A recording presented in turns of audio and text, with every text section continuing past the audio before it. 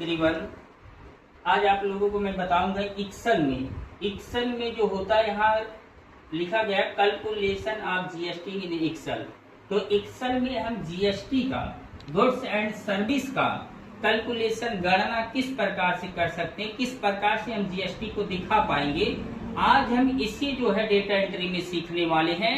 बिल्कुल स्टार्टिंग से, तो वीडियो बिना 1 मिनट 1 सेकंड स्किप किए हुए ये वीडियो स्टार्टिंग से लेकर एंड तक जरूर देखिए। अगर आपको एक्सेल में कुछ सीखना है तो आज आप लोग इस वीडियो को बिना स्किप किए हुए स्टार्टिंग से देखेंगे। तो चलिए वीडियो स्टार्ट किया जाता है। अब यहाँ पर देखेंगे, जैसा कि यहाँ पे है name of product, quantity, price, amount, GST, state, CGST, SGST, IGST, total amount. तो यहाँ पे मान लीजिए मैं ले रहा हूँ यहाँ पे कोई प्रोडक्ट का नाम, मान लीजिए यहाँ पे मैं एक सैमसंग मोबाइल खरीद रहा हूँ, सैमसंग मोबाइल, और एक खरीद रहा हूँ वीवो मोबाइल, वीवो यहाँ पे कर दे रहा हूँ, वीवो मोबाइल हो गया। और इसके बाद यहाँ पे मैं खरीद रहा हूँ एक रियलमी का मोबाइल। अब देख रहे हैं यहाँ पे क्वांटिटी यानी 1 पीस, इसका भी 1 पीस, रेट इसका दे दिया जा रहा है, इसका 20,000 रुपये है पर पीस के हिसाब से, इसका जो है 12,000 रुपये पर पीस के हिसाब से, और ये आ गया 10,000 रुपये पर पीस के हिसाब से। अगर इनका अमाउंट निकालना है तो अमाउंट निकालने के लिए सिंपल सा आप इक्वल करेंगे, ब्रैकेट स्टार्ट, क्वांटिटी गुणे प्राइस। अब क्वांटिटी जिस सेल में है उस सेल को सिलेक्ट करना, और प्राइस जिस सेल में उस सेल को सिलेक्ट करके आप अमाउंट को ला पाएंगे। तो यहाँ पे देखेंगे तो हमारा क्वांटिटी है बी में, तो यहाँ B3 हो गया, स्टार यहाँ पे क्या करना है C3। अच्छा, स्टार का मतलब गुणा हो रहा, क्वांटिटी गुणे प्राइस हो जा रहे हैं। अब यहाँ जीएसटी बता रहा है किस प्रोडक्ट पर कितने परसेंट जीएसटी लगा है, तो ये सारे प्रोडक्ट पर हमारा 18% जीएसटी लगा हुआ है। अब यहाँ पूछ रहा है स्टेट। अब यहाँ स्टेट का मतलब ये है कि ये लोकल परचेजिंग हो रहा है कि इंटर स्टेट परचेजिंग हो रहा है। तो यहाँ पे मैं मान ले रहा हूँ ये मेरा इंटर स्टेट है, इंटर स्टेट परचेजिंग हो रहा है, और यहाँ पे ये लोकल परचेजिंग हो रहा है। यहाँ पे मैं फिर कर दे रहा हूँ इंटर स्टेट परचेजिंग, यहाँ मैं दोबारा कर दे रहा हूँ इंटर स्टेट परचेजिंग। अब यहाँ पर समझिएगा, ये जो स्टेट दिखाया जा रहा है ये स्टेट वाइज परचेजिंग के लिए बताया जा रहा है। यदि आप एक स्टेट से दूसरे स्टेट में वस्तु को परचेज करते या खरीदते, परचेजिंग करते या सेलिंग करते, तो वहाँ पे जीएसटी दर जो लगता है वो 18% लगता है, जो कि आईजीएसटी होता है, आईजीएसटी 18%। यदि आप लोकल परचेजिंग करते हैं यानी जिस राज्य में है उसी राज्य में वस्तु को खरीद या बेच रहे हैं, तो वहां पे लोकल जीएसटी लगेगा। इसी आईजीएसटी को 2 भागों में कन्वर्ट कर दिया जाता है, सीजीएसटी और एसजीएसटी में। तो ये मेरे ख्याल से आप लोगों को डाउट क्लियर हुआ होगा। अब यहाँ पे आ जाते हैं जीएसटी नहीं।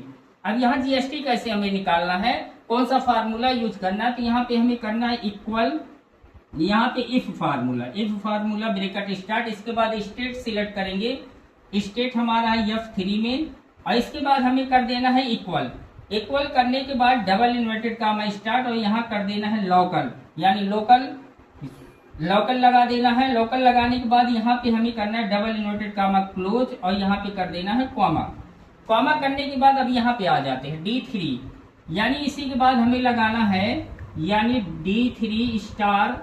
अब यहाँ पे क्या लगाना, E3 यानी टोटल जीएसटी E3 लगाने के बाद ही तुरंत हम क्या करेंगे, /2 कर देंगे, /2 यानी अपॉन 2। इसके बाद कॉमा के बाद डबल इन्वर्टेड कामा, यहाँ डैश लगाएंगे, डबल इन्वर्टेड कामा, ब्रैकेट बंद करेंगे, इंटर कर देंगे।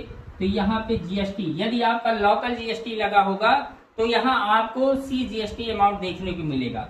अब यहाँ पे जो एसजीएसटी का फार्मूला लगाना है, तो एसजीएसटी का सेम ही फार्मूला होगा, यानी equal if bracket start F3, इसके बाद इक्वल डबल इन्वर्टेड कामा, यहाँ करेंगे local double inverted comma close, इसके बाद कॉमा करना है, और यहाँ भी D3 स्टार E3, और यहाँ upon 2 comma double inverted comma dash double inverted comma, और ब्रैकेट बंद कर देना, इंटर कर देना है। एंटर करते यहाँ एसजीएसटी आ जाएगा। अब यहाँ पे आईजीएसटी हमें निकालना है, तो आईजीएसटी निकालने के लिए फार्मूला क्या होता है, यही होगा इक्वल इफ के बाद यहाँ भी F3 इक्वल, इसके बाद डबल इन्वर्टेड कामा के बाद जो हमें देखने को मिलेगा, यहाँ पे हमें लिखना होगा इंटर स्टेट लिखना है, डबल इन्वर्टेड कामा हमें क्लोज कर देना है। डबल इन्वर्टेड कामा क्लोज करने के बाद अब यहाँ हमें लिखना क्या है, डबल इन्वर्टेड कामा क्लोज करने के बाद जो है यहाँ पे हमें कॉमा लगा देना, कॉमा, और कॉमा लगाने के बाद हमें क्या करना, D3, यहाँ भी D3 स्टार E3, और E3 करने के बाद यहाँ हम करेंगे क्या, यानी डबल इन्वर्टेड कामा क्लोज, यानी डबल कॉमा लगाएंगे, इसके बाद डबल इन्वर्टेड कामा, यहाँ डैश करेंगे, double inverted comma, bracket 1 enter कर देंगे। एंटर करते ही यहाँ पे हमारा IGST निकल जाएगा।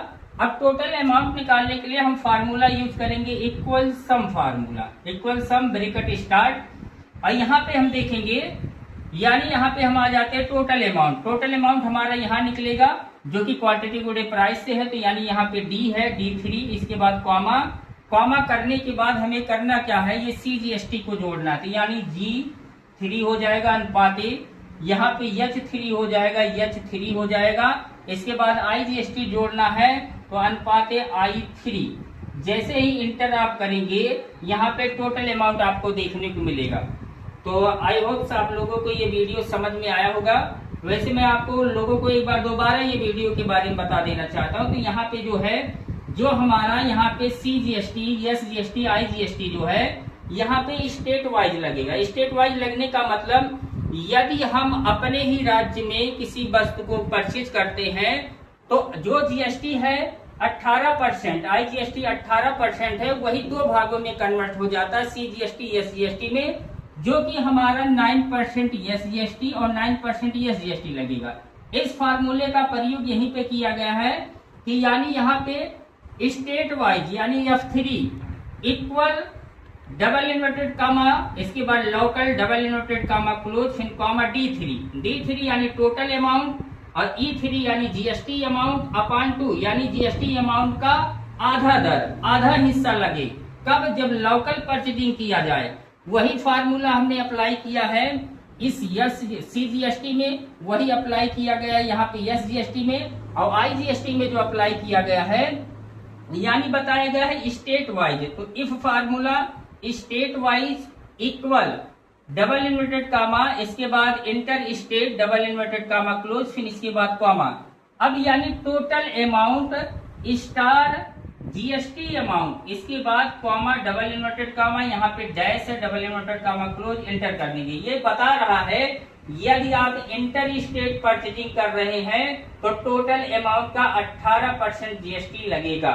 तो आई होप आप लोगों को ये वीडियो अच्छी तरीके से समझ में आया होगा। यदि आप लोगों की ये वीडियो समझ में नहीं आया होगा तो आप लोग कमेंट में जरूर बताइएगा, और ये वीडियो कैसा लगा आप कमेंट में बताइए, और इसको लाइक सब्सक्राइब जरूर करिएगा। धन्यवाद। आप लोगों से अगले वीडियो में दोबारा मिलेंगे। जय हिंद, जय भारत।